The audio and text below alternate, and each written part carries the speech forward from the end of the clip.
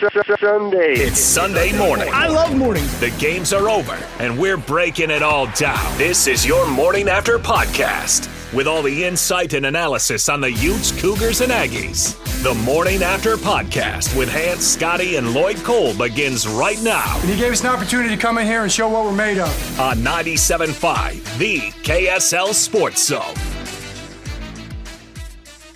Good morning. It is your Morning After podcast. Oh, we have a little bit to break down today. My goodness. 4th and 18, back to Harlan. Magic happens, and now we have the holding call to add to the legendary stories of crazy things that have happened in BYU and Utah. Gentlemen, good morning. How's everybody doing? I got home around 5:30. Hans, you got home around 5. Lloyd, what time did you finally get into your house? It was about 2:45-ish, I think, roughly. Yeah, about 2:45. Hey, boys. Oh. Hold on. I got you, too. I got you. It's Papa Top time, baby. There we go. I'm going to tell you right now. All I can do is sip my coffee. I'm drinking this. It's called Ultra Vice Guava. Oh, yeah?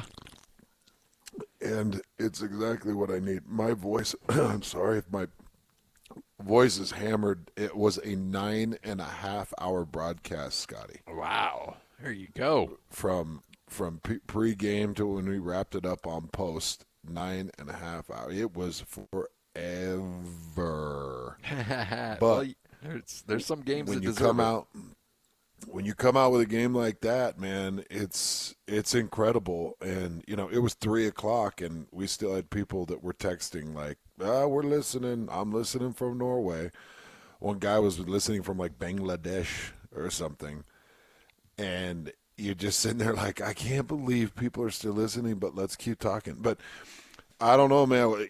There's so many different places to start, boys, but and there's so much lore and so much controversy. But I want to say to both you and Lloyd, Scotty, I've never heard an athletic director take to a podium and make a statement after a game and make a very bold proclamation at the officials and towards a conference, and including all the things that Mark Harlan talked about. That goes along with the flag that kept the game going. It goes along with the timeout that came while Jake was rolling out in the back of the end zone. I talked to Kalani in the postgame, guys. Kalani said, I called it way ahead. He said it was way ahead. It was too loud. They couldn't hear the whistles, but I got that time out way before that ball was snapped. So it was one thing after the other, and I still can't believe what I called last night. I can't believe it. Well, let's start with Mark Harlan. Here's the comments as he took the podium after the game. 12 years, this game was absolutely stolen from us. We were excited about being in the Big 12, but tonight I am not. We won this game, someone else stole it from us. Very disappointed. I will talk to the commissioner. This was not fair to our team. I'm disgusted by the professionalism of the officiating crew tonight. Thank you. All righty. So, I have not heard the only thing even remotely close to that, and it wasn't intended for public consumption, was when Larry Kraskowiak was trying to talk to the media, and in the other room, you had Dr. Chris Hill screaming at the head of officials for a basketball game. But that was supposed Bobby. You know that, Bobby. That was intended to be a private conversation that got so loud that it became a public conversation on accident. This was Mark Harlan, unannounced, going right to the podium and telling the entire media, which obviously caught like wildfire, hey, I am disgusted by this. We were happy to be in the Big 12. We are no longer happy to be in the Big 12. And this game was stolen from us. Stolen. Lloyd? That it was, and when I heard, I was like, this. It was reminded me of the Dr. Chris Hill situation. I mean, you could see. I mean, you saw Harlan in the go onto the field and point, get like in the ref's face. Like he got in the ref's face. Oh, I didn't see that. And pointed pointed at him, and then all of a sudden, I mean, by the way, if you watching that game, you might have seen the worst possible camera work. It was the worst. It was terrible. The reviews were terrible. You would think you'd get a close up view of the holding call or whatever it was, and it was so bad that I couldn't even discuss, because I was like, I don't have any idea. I don't know if there was a hold. I don't know. Didn't see. Oh wow! And it was so bad that. But to have Mark Harlan do that and and say that, call out the Big 12 itself, like, we're happy to be here but guess what? We're not now. Like Utah is officially like they're the hill of the Big 12 conference. Like they are the hill of like nobody likes Utah right now. Not that they care, not that they're trying to win I don't think they care. I don't think contest. No, they don't care. I don't think Utah fans care, and that's fine. And that's what Utah fans want, by the way. Every conference needs different components, and that's fine. If you want to play that style and play that system, it's absolutely fine. But, Scotty, I've never heard an athletic director do that. Nope, not even close. I'm actually still a little floored. So we were doing the postgame, and Greg Wrubell gets this look in his eyes like he's just seen a ghost, and I've seen he's got his phone up to his ear because our back and forth guy, our tech guy, had grabbed the sound, and he's like, Hans, we need to play something, and this is a statement coming from the athletic director. He said this is not audio that was caught on accident or in private. He said this was a conversation at the podium from the athletic director, and he played it. And I sat there like, wow. I couldn't believe it. And I would think that Mark Harlan's going to wake up and regret making those comments this morning, and there's probably going to be an apology, because when you do that, it takes away from what Kalani was able to orchestrate, because even then, that puts you 1st and 19 with a minute left and no timeouts. 1st and 10 on your own 19 with a minute left and no timeouts. It still took a lot of work, and it still took BYU holding Utah scoreless in the second half. It took a lot of things from BYU to sneak back into that thing to get a chance for a field goal. And I know that those calls are crazy, and that holding call was untimely.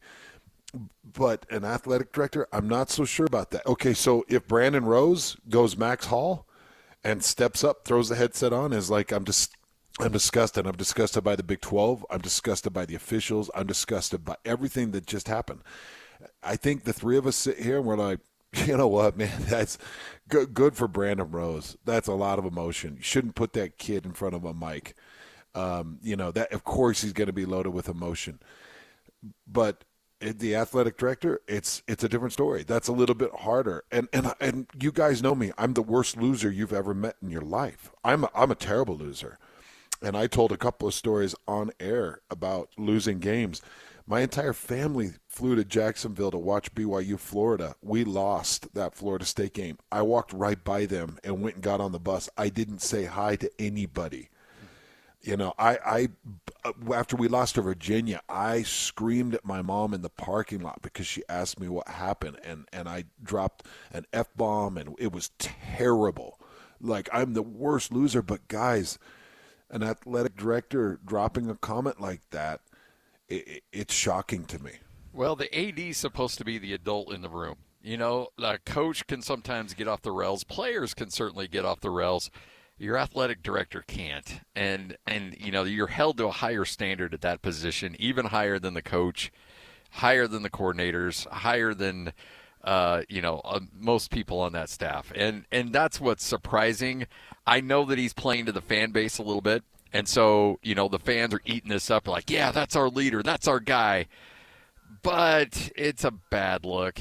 It really is a bad look. You just can't. I mean, you look at some of the comments. I thought I was listening to some of the post-game press conferences when I thought we were going to record this earlier this morning. So I went back and listened to some of the pressers. I thought Smith Snowden handled himself extremely professionally after the game. And even Kyle, I know he threw the chair down and got a little grumpy, but he tried to take it, keep it above board. You just can't. And I guarantee. Right. And by the way, I'm with you, Hans. We've got to know Mark enough that we would say that to Mark if he was on the podcast or on the show with us. And I think Mark probably this morning wakes up and goes, I shouldn't have done that. I shouldn't have done that.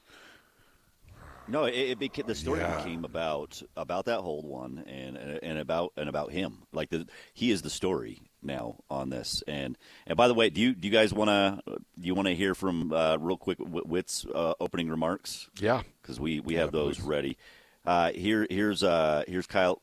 Oh, sorry, I thought we had it. But it was almost like I mean, normally Kyle says, hey, he doesn't. Usually he does. You don't hear him make excuses. It's hey, you know what? We didn't show up in the second half, and we didn't hear that. It was almost like he was forced to follow his leader's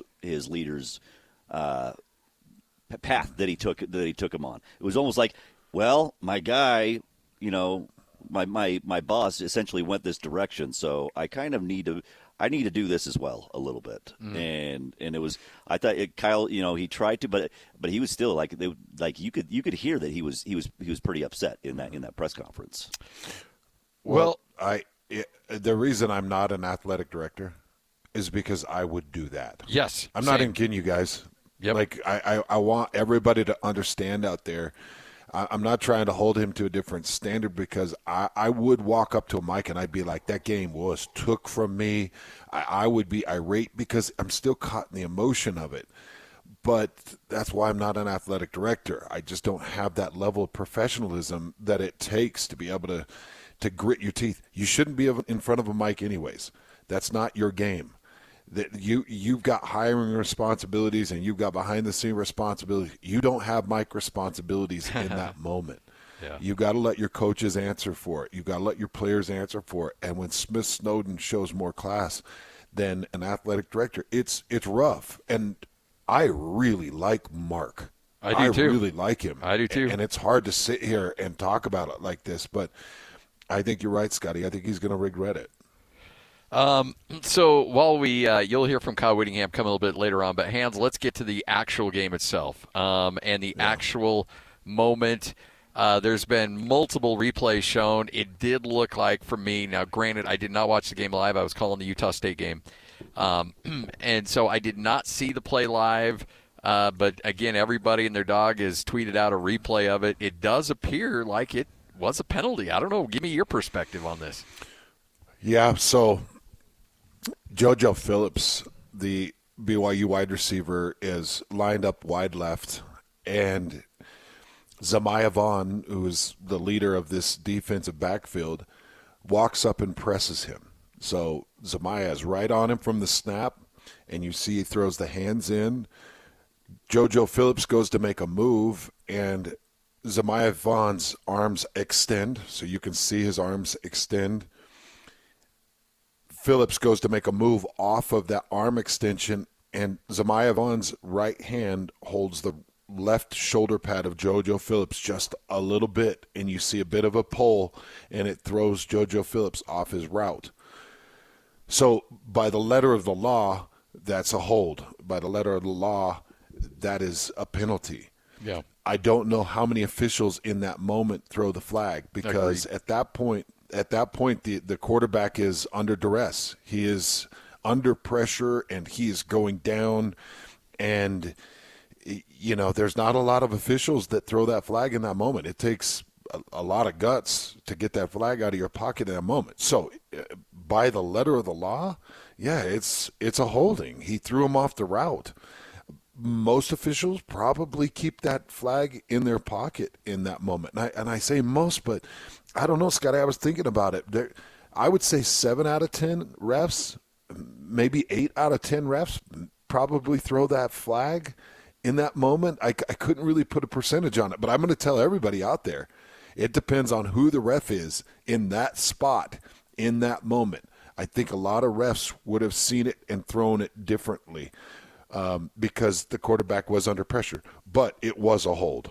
Yeah, and so from your perspective, it was 4th down. Utah gets the sack, and give me kind of the emotions because it feels like at that point. So we're calling the game in Pullman, and it's a blowout. Utah State's losing, and so I'm calling the game, but we also have the monitor on, and we're watching, keeping an eye on what's going on. And I've got Christian Esparza who's in my ear saying, hey, this happened. And as we go to break, Kevin White, who's keeping a closer eye on the game than I am, goes, oh, it's over. Utah just won. I'm like, wow. I really felt like BYU had a drive left in him to at least get an opportunity to try to kick a field goal. And then all of a sudden Christian pipes in our ear, goes, oh, wait, guys, no, there's a holding penalty. And and there we go. So I went from thinking Utah had won to all of a sudden going, uh-oh, BYU's still alive. Hands in your booth, what was that like? Because that had to be crazy. Well, Greg had called the win for Utah. He said, there's the sack. It was at like the half-yard line. It wasn't quite a safety, but it was as close to a safety as it could have been, and Utah could have just kneeled it and ran the clock out. And in that moment, it was like, game's over. Utah's wins. And both he and I see the flag, and I don't remember if I said it or he said it, but hey, there's a flag, and there's a flag in the area of a potential defensive holding. Let's wait for the call. The call came pretty quickly, defensive holding, and then it's like game back on. You go to 1st and 10, like I mentioned, at your own 19, and you still have just over a minute left on the clock in that situation, and you're like, wait a second, you are still in this game, and you could see it energized that BYU front, and it energized Jake Retzlaff, and it comes down to a incomplete pass off the right side, and then you have this crazy completion to Chase Roberts that ends up having to be reviewed, but he got his hand under it. It was crazy, Scotty. Lloyd, you saw it. It was the craziest thing, man. He throws Chase Roberts was lined up in the slot, and he throws a deep slant pattern, and Chase just sells out, throws his body, and goes headfirst into the turf as he's kind of scooping this ball into his chest and gets his hands under it. Barely. And it was barely. It was so barely. crazy. It was like, wow. I mean, it was so close that they had to review it. Scotty, and I got to tell you guys, in the midst of all this, you had the fumble that could have been a Utah possession. It was off of a bad snap. The snap kind of dribbled back, and Jake Retzlaff went to pick it up, and he got hit, and he fumbled it. You thought Utah recovered it on BYU's 5-yard line, but BYU found a way to scoop it out of that pile, so they were able to punt it in that final punt and last possession for Utah. All of these moments led to this thing where Chase Roberts gets under it. You had a quick out to Darius Lassiter. You had a run by Hinckley Rapati that puts him in that 44-yard field goal range. And Utah takes their last 2 timeouts because they knew that they were in field goal range. So BYU was trying to run the clock out. Utah stops the clock twice so that they have time to go get a couple of points if they need them. And BYU snaps that ball with a running clock at 8 seconds left, and Will Farron pops through a 44-yard field goal. And that's the game. It was unimaginable. And I was talking about the Will Farron. The trajectory on a 44-yarder is typically a little bit flatter, guys.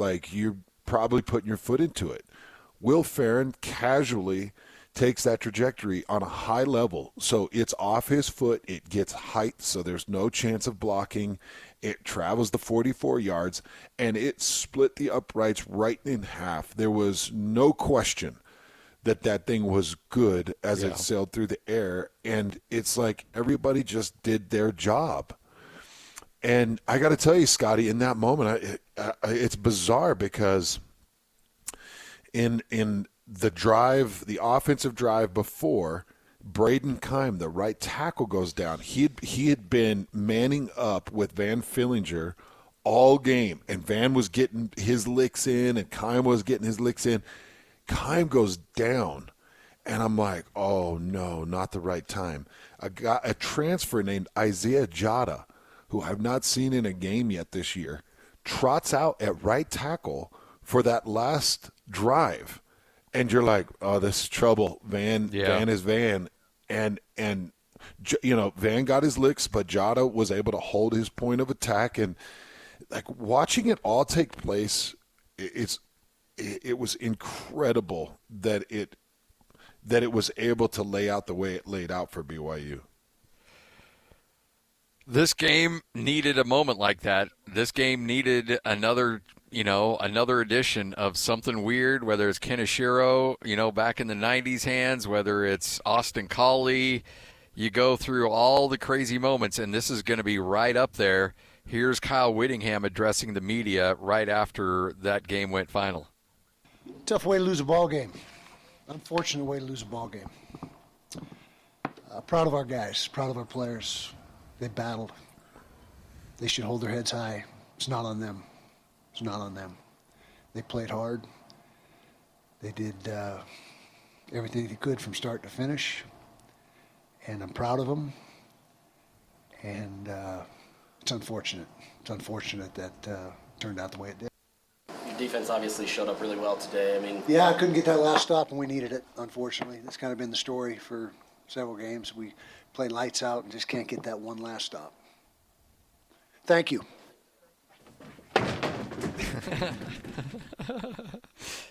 Hey, and I have no problem with him chucking the chair. No, I don't. I just don't. Nope. I just don't, man. I mean, the emotions in that moment, I just want people to understand.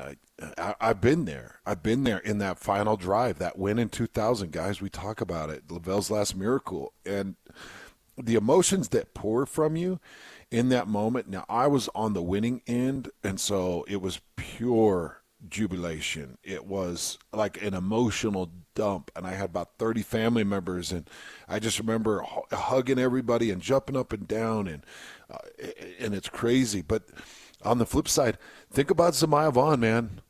He didn't have to hold in that moment. He didn't really have to grab any jersey or extend arms. And Zemiah's probably sitting there heartbroken, and Kyle, that's number 2 in a row to Kalani Sitake. And that Kyle doesn't take that well. So I understand all the emotion that pours from these guys. I'm trying to be as empathetic as I can because I really do get it. I've played in this game, and I've been the recipient of wins and losses in this game. And it's miserable. It is so hard to face, and so I understand it. So I want to go obviously everybody's going to talk about that last drive, the holding call, the timeout. There's going to be so many things that we're going to break down on that. But from my perspective of not being able to watch the game, Lloyd, you did the pre and post. You were dialed into this thing.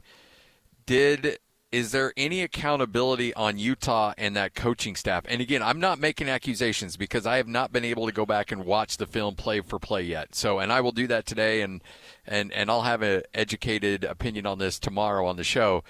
But just looking at the scoring in the game, did Utah take the foot off the gas in the second half and in the fourth quarter, or excuse me, or did BYU ramp up what they were doing defensively?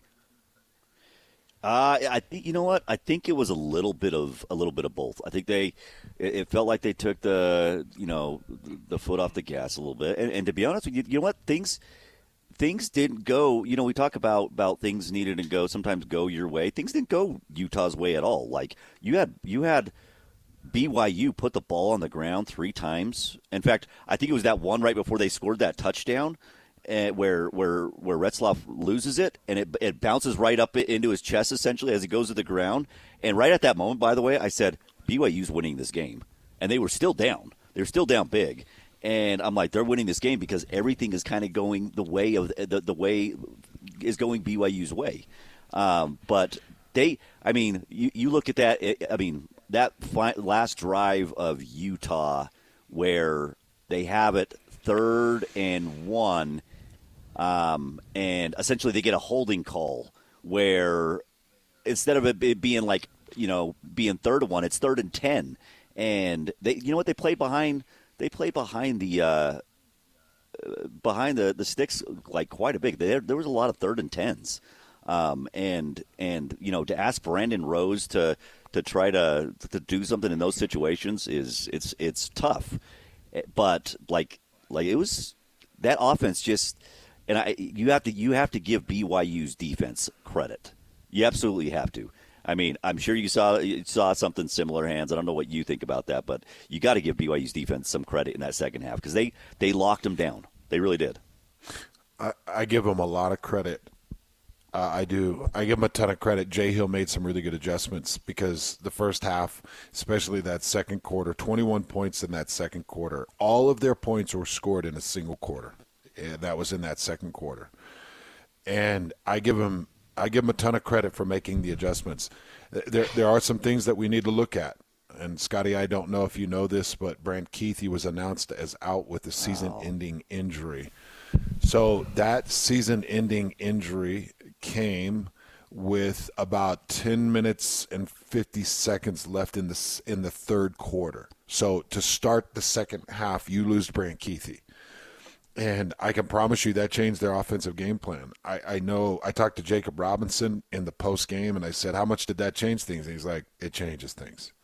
He said, because we had 3 guys that we were looking at, number 80, number 3, and number 2. He said those were our three targets, and we knew that those guys were deadly. And he said, when 80 goes off the field, it changes things.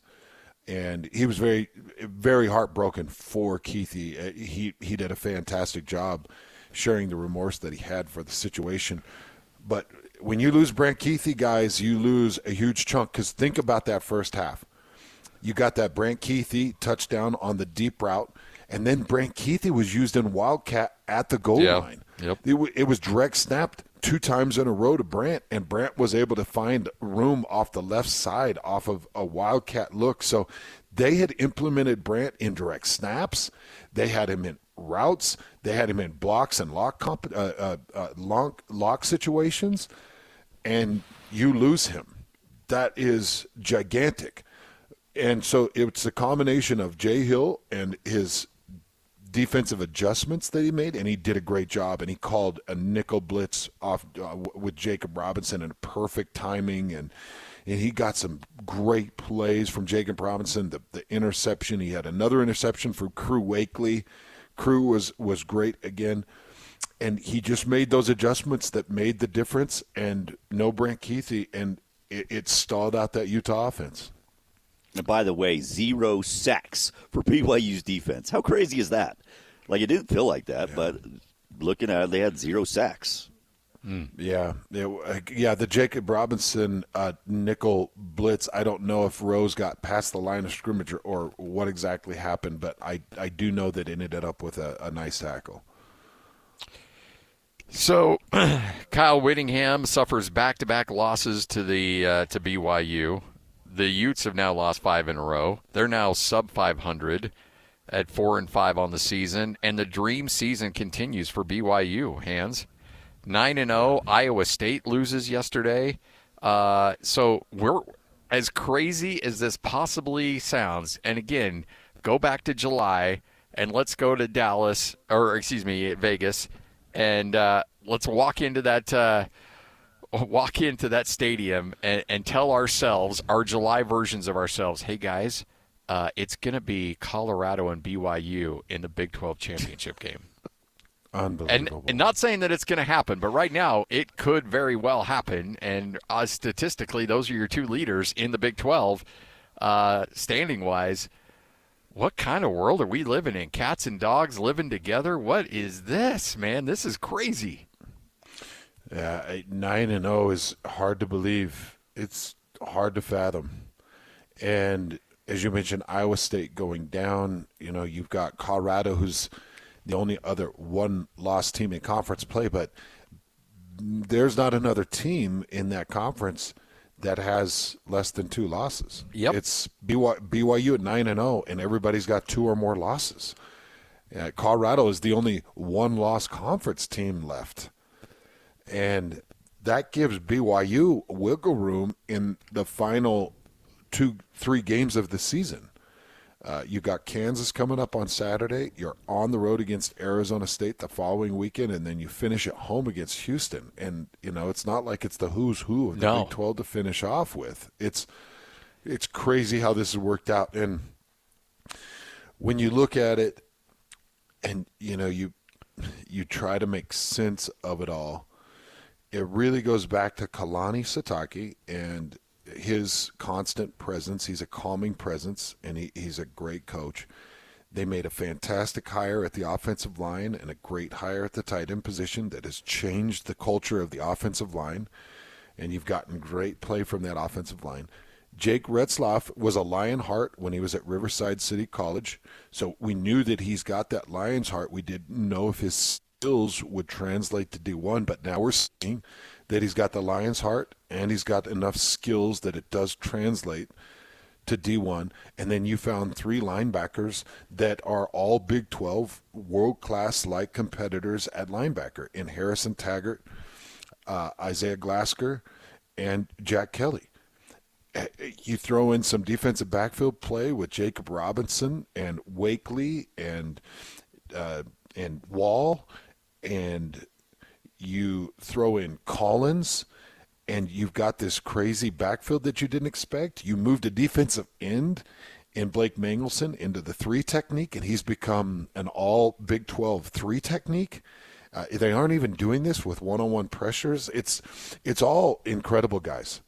But it's been great leadership, and I said this when the field goal went through. My call was the team of destiny finds a way to get it done again. Yep.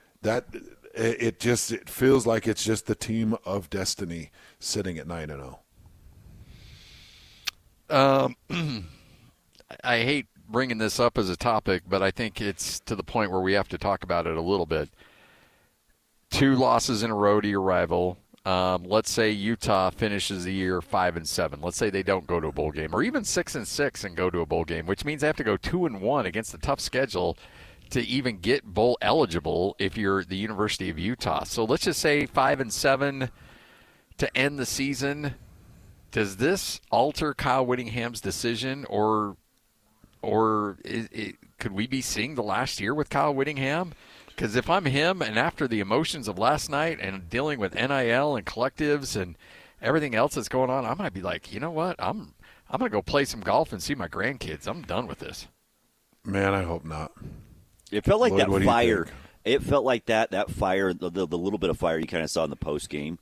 It felt like he's back. He'll be back. Like I feel like I that was the impression I got from him just watching him talk or listening to him talk. And watching his manner, is like it feels like he's going to be back. I don't see him leaving after being like, you know what, I'm good, I'm done, going to go hang out with the grandkids.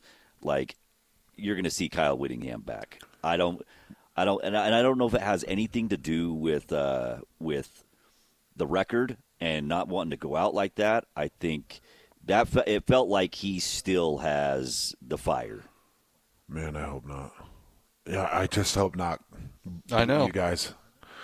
I don't want it to end on a losing season for him. I don't want it to end with heartbreak and disappointment and being upset, because the dude has really set the standard. He's one of the greatest coaches I've covered in my time on air. He is spectacular, and I love his fire. I love his passion. And like Lloyd said, I think we saw some of that last night that reminds us that it's still in the tank. And I just can't imagine that he ends it on a season like this. I've got to imagine that he comes back. He's 64 years old. He's actually going to be turning 65 in 11 days. So his birthday is on November 21st. So he'll turn 65 in 11 days. Lavelle Edwards coached till he was 70. That he called it quits when he was 70, and I know Kyle doesn't want to be, or has talked about not wanting to be that lifer, but I think at this point, I think he's stuck in it. I think he still has a lot of passion for it, and I think he's too big of a competitor to say, I'm done dealing with the disappointment, heartache. That's just not him. So to answer your question, Scotty, I say we see Kyle Whittingham back, and I'm begging for it. Please come back, man. Don't let this end with an offensive coordinator leaving in the middle of the season and going to Mike Bajakian and losing another quarterback to injury, and now losing your vaunted tight end again to a season-ending injury, and everything that's gone on. You just don't want it to end like that for Kyle. No. It's so crazy to think about how you had that. It was like almost like the exclamation points of the season to have Cam done for the season. Like these two guys that have been together. Like who remembers the video of them, walking up to the, and I think it was Kincaid and I think might have been Keithy as well, where they're walking up to the camera like, hey, we're coming back. And like to have these two go out the way it did for a season ending injury at the end of their career with Utah was just like, I don't know. It was kind of eerie. It was a weird feeling, and that just shows how this season has gone for Utah. I hate it, man. Yeah, it's crazy. But you know what? Here's the thing: that the season for BYU lives on, and Hans, I'm a little jealous because these magical seasons don't happen very often, and you are just knee deep. You got the waders on, and you are out in the middle of that and just absorbed by all of it. And I'm telling you right now, they don't happen very often, so you have to appreciate every second because this is really special what you're being able to witness. Well, there were times in this game where you just felt like everything was turning Utah's way. Yeah. Isaiah Glasker comes through on a great blitz and he grabs a sack, and you're like, that's a beautiful sack and a big time moment, and there goes the flag, and they call a face mask penalty. I asked Jack Kelly in the postgame, I said, I know that it wasn't you, but I know that you guys watch film. He said, well, in the film that we saw on the sideline, there was no face mask. Brandon Rose's helmet kind of came down as Glasker grabbed at the shoulder pads, and it looked like he might have hooked the face mask, but we did not see the hand actually in the face mask. So, like, there was that moment. And it wasn't. The 4th and 1. Go ahead, Lloyd.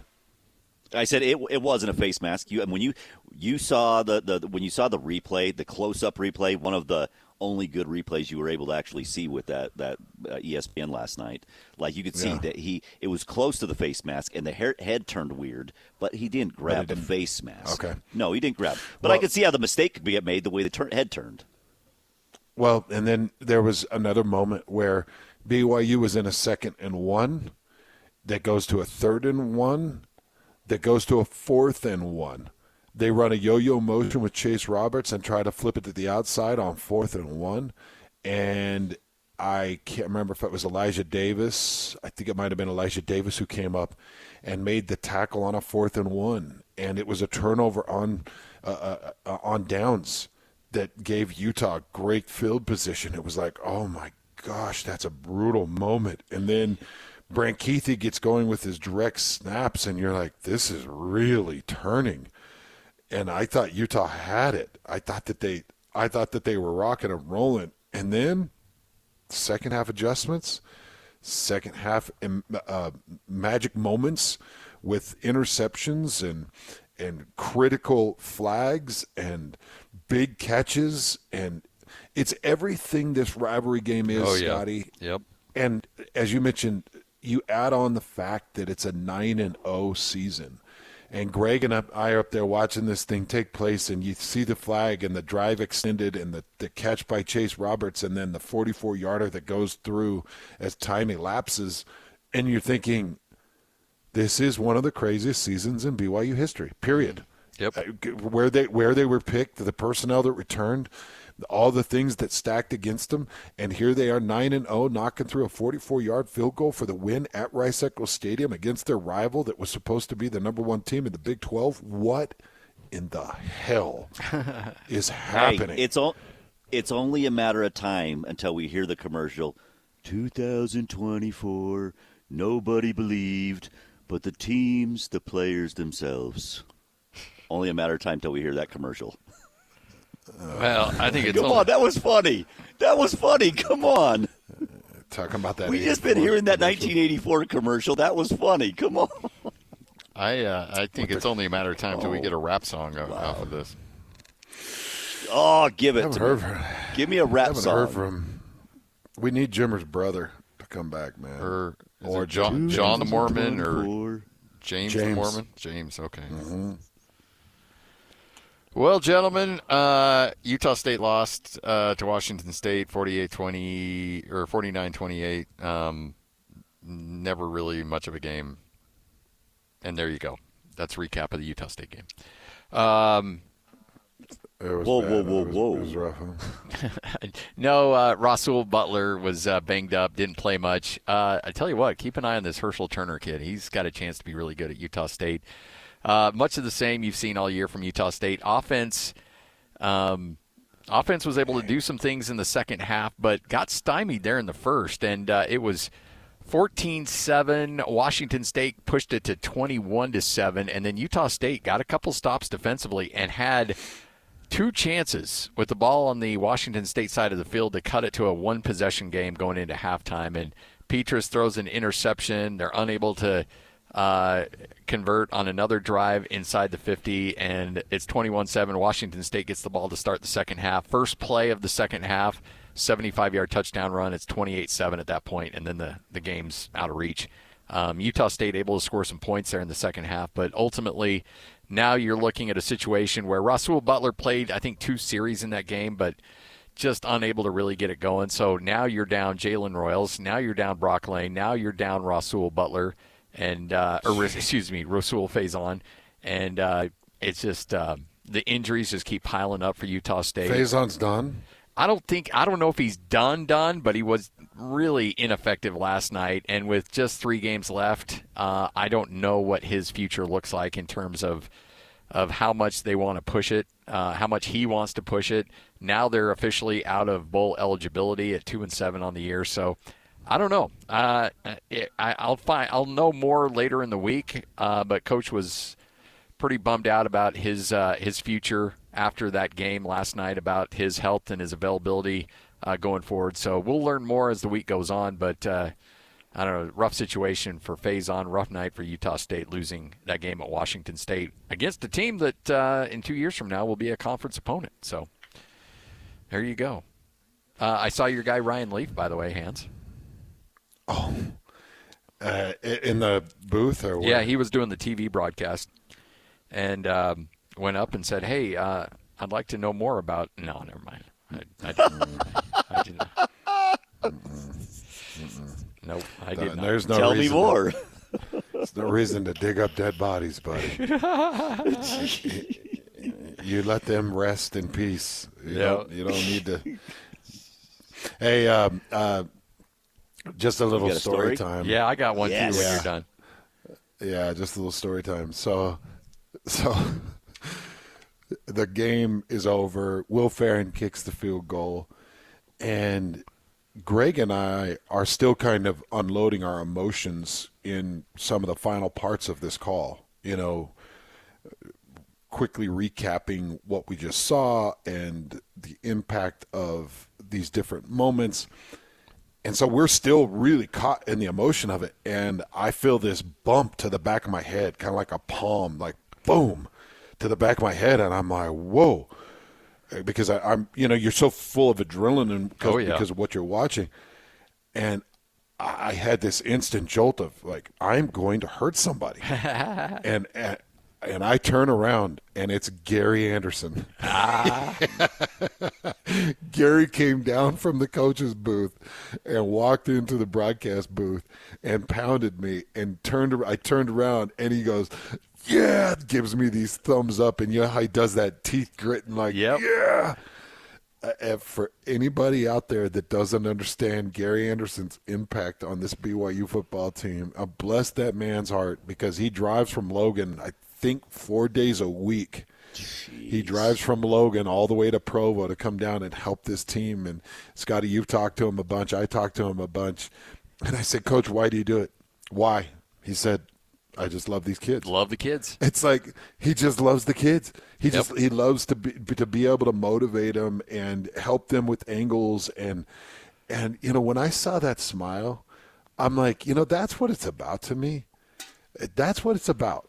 A man like Gary Anderson that cares so deep that he drives and puts time in, and I don't know what they're paying him. My guess is it's not enough, and it's not what he deserves.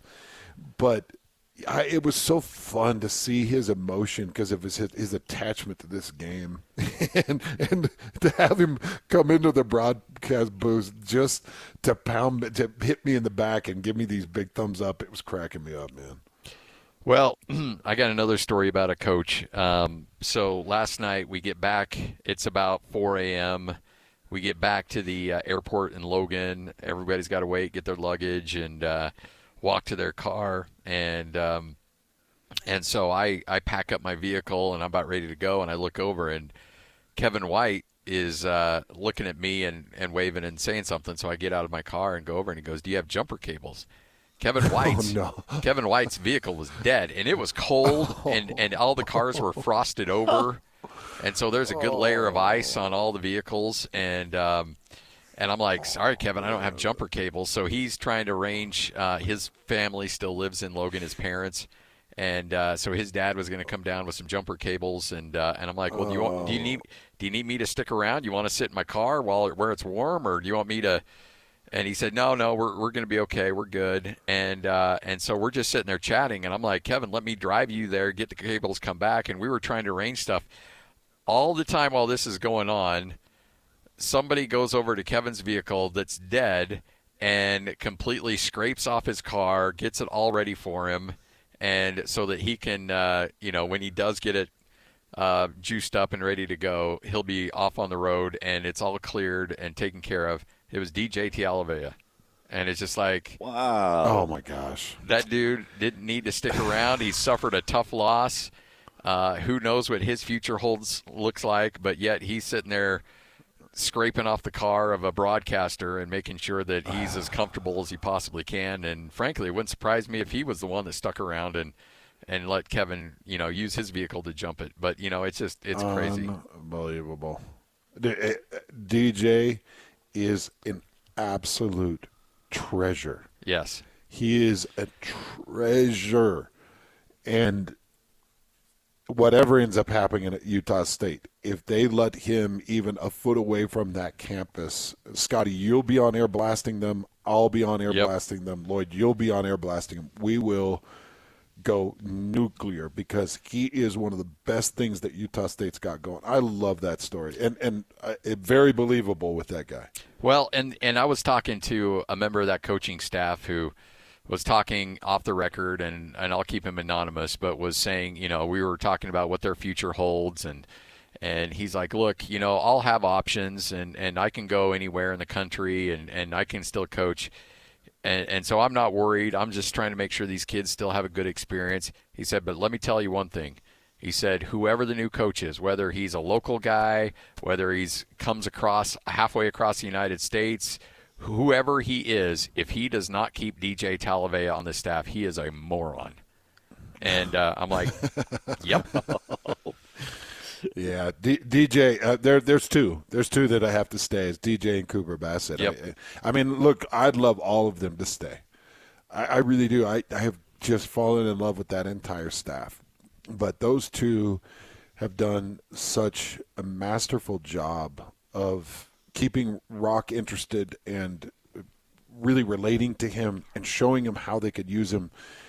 I was sitting in that meeting with Cooper Bassett as he was describing to Rock his vision of Rock's path, and it was exactly what I've thought about Rock since Rock was 8 years old. With the development and then the eventual positioning of his body and his makeup, and I'm looking at this guy like, did he hear my mind, or does he? Like, how does he know exactly how I feel about Rock's trajectory? And he's just got a great vision. And believe me, what Utah State's gone through sitting at 2-7 has nothing to do with what's gone on with that offensive line. No, that's the strength of the team. That's been the strength of the team, and so bless DGA Tialavea's heart. That guy his heart is gigantic, and he loves this state, and he loves these kids. He recruits this state as good as anybody. Well, gentlemen, let's wrap it up, get this thing posted, give the people what they want. We've had all 10 listeners tweet at us saying, where's our podcast? So it's coming, folks. We'll have it for you, and then we'll have complete analysis and breakdown. You'll hear from Kalani and Kyle coming up tomorrow on the show. You'll hear from Nate Dreiling as well on the Monday edition of the show. But thanks for listening. Please give it a rating. Please give us a review. Please tell a friend, and then tell somebody to come out and sponsor it, because Hans and I and Lloyd are doing this for free. Hey, a little bit of shout-out here at the back end, and I don't know if this will work, but Stein Erickson looks like they may be interested in a sponsorship here, Scotty. Oh, so now we're talking. Maybe we look at the Stein Erickson Lodge, only the finest accommodations in the entire state of Utah, up in the peaks and mountains of Park City. But it's Russ Olson. You would think that it's my uncle, but he is the CEO and operator of all things Stein Erickson, and he actually tweeted at us, and he goes, Stein Erickson, with a big smiley face. So shout out to the Stein. Look, it ain't going to take much. It won't take much. Maybe just one room that me, Lloyd, and Scotty can share once a weekend out of a year. I'll take the hideaway that bed. sounds weird. And we'll go up and hit the ski lodge. I'll gladly read the Stein Erickson line and then let you two have that room together, and I'll be fine. Just the two of us. We can make it. I love it. But, yeah, we are open to options, but I do love the Stein Erickson. Yeah, they do a great job. Well, gentlemen, we'll be back at it tomorrow. Thanks for listening. This is your Morning After podcast right here on 97.5, the KSL Sports Zone. This has been your Morning After podcast with Hans, Scotty, and Lloyd Cole. Catch more of the Hans and Scotty Show weekdays from noon to 3 and in podcast form by searching Hans and Scotty on your podcasting platform of choice. This is 97.5, the KSL Sports Zone.